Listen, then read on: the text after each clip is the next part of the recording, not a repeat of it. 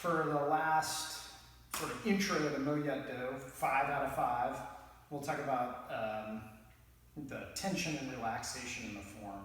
So if you don't know the form itself, go back. I did 3 videos that just go through the moves, and then the 4th video is about breath, so this one is about the tension and relaxation. And then I think I'll make some more on this form, just sort of pick other themes.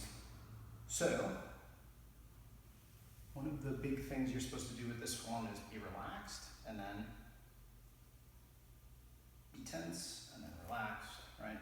So the best metaphor that stuck with me is pretend like someone is giving you an electric shock and then unplugging you. So all your muscles kind of seize up and then they relax. And that's, I mean, it's obviously not 100% that way, but you want to be as tense as you can and still move, and then as relaxed as you can without falling over. So I'll kind of say what I'm doing, and hopefully that helps. So I'm as relaxed as possible, but I'm not going to let my fingers get floppy, right? They're still in this position here. And then I'm as tense as possible.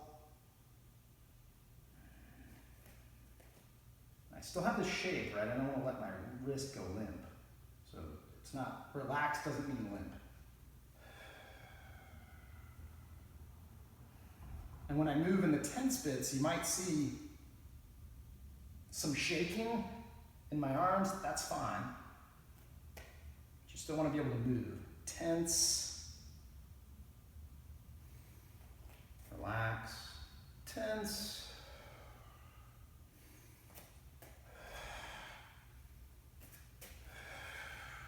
and since those moves are done at twice the speed as the rest of the form, you have to be about half as tense, if that makes sense. Relax, tense, relax, tense, relax, tense, relax, tense. Okay. So let's address 2 things. Why do this as a martial artist? Why you do it, there are lots of reasons, but the one that I think is most relevant is when you're sparring, when you're grappling, when you're playing, one of your biggest enemies is unnecessary energy, right? Being tense when you don't need to be, going harder than you need to go. So this form teaches you pretty quickly that being tense sucks. It uses a ton of energy. And then when you get to relax, it feels awesome. So it's a very broad application, right, of the difference between tension and relaxation, but I do feel it play out, right? I learn how to let go of pieces of my body in this form. Is it going to help me with my grappling? In a really abstract way. It's a really long path to that. But think of it as like a really broad paintbrush towards getting better at using less energy when you don't have to go so strong. I hope that makes sense. And then number 2 for tension and relaxation is just bringing an awareness to all the parts of your body. Okay. 2 ways I found through the years of getting better at this is either start from your extremities or start from your center. So what I mean is when you're thinking about getting tense, for some people it's easier to think about squeezing their fists and then letting that kind of soak through the rest of their body. And for other people it's easier to think about tightening your belly and then letting it go outward to your limbs. Whatever works for you. I'll do the form one more time and think about going from my extremities, my fists and my feet, towards my core, which is actually the opposite of how I normally do it.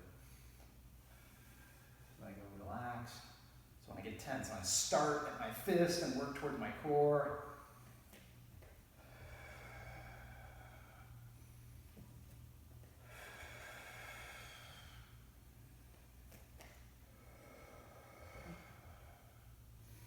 Thinking about my hands and my feet as the starting points.